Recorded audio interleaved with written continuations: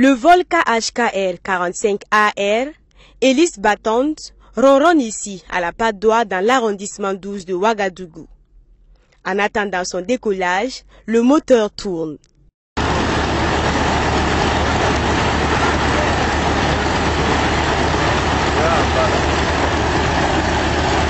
Son concepteur, c'est cet homme de 45 ans. Un âge gravé sur l'aéronef, ou du moins le projet d'aéronef.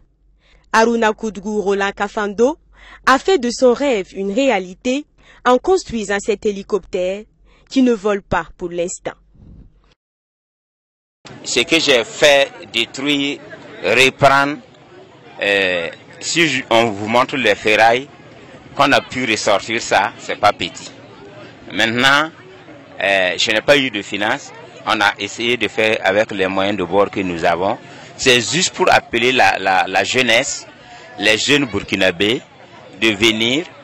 Et si nous nous initions, nous pouvons faire quelque chose. À elle, c'est 45 années de rêve. Un homme doit avoir un rêve. Et quand le rêve devient une réalité, ça donne la joie. Pour que son rêve se concrétise, Haruna a dû se former sur le tas en électricité après avoir abandonné l'école en classe de 4e pour problèmes de santé. Nuit et jour, ce quadragénaire a bataillé pendant 4 ans dans cet atelier de fortune.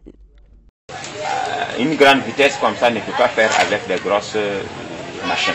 Il faut un petit truc. Voilà pourquoi nous on l'a posé. Mais malgré tout, on l'a essayé. Mais quand on l'a essayé, la température l'a fait fort. Donc immédiatement, c'était un échec, on a abandonné. Et cette tôle m'a coûté, mais rien que c'est dire, cette tôle m'a coûté 60 000. C'est ça? Voilà. Et les lampes que vous voyez là, je n'ai plus d'idée de ça. La soudure et tout ça là. Et vous voyez, il y a une allumette. Voilà. Ça là même, c'est une allumette d'un vrai réacteur. C'est parce que ça là, c'est une allumette d'un vrai réacteur, la bougie.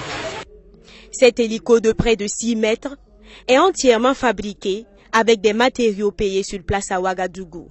Il fonctionne à base d'essence. Avoir la forme, d'abord j'ai utilisé du fer-tord. Le fer-tord, bon, quand on parle de fer-tord, ceux qui connaissent le métallique savent que c'est un fer que tu peux le tordre à la forme voulue. C'est à base de cette forme maintenant que tu fais les découpes. Comprenez?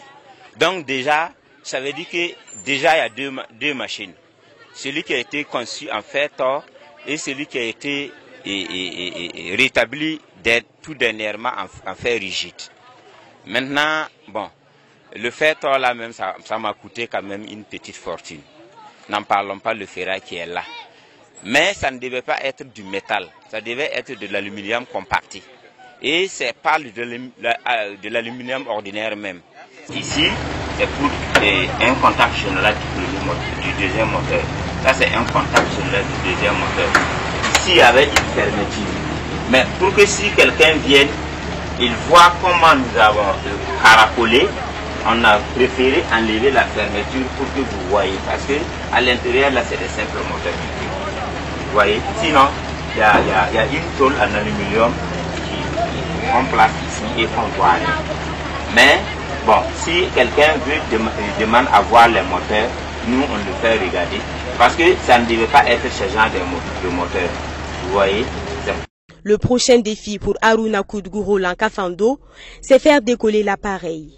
Mais pour cela, il a encore besoin d'investissements financiers et d'expertise technique. Le concepteur du KHKR 45AR en appelle donc à l'État et aux bonnes volontés pour réaliser définitivement son rêve.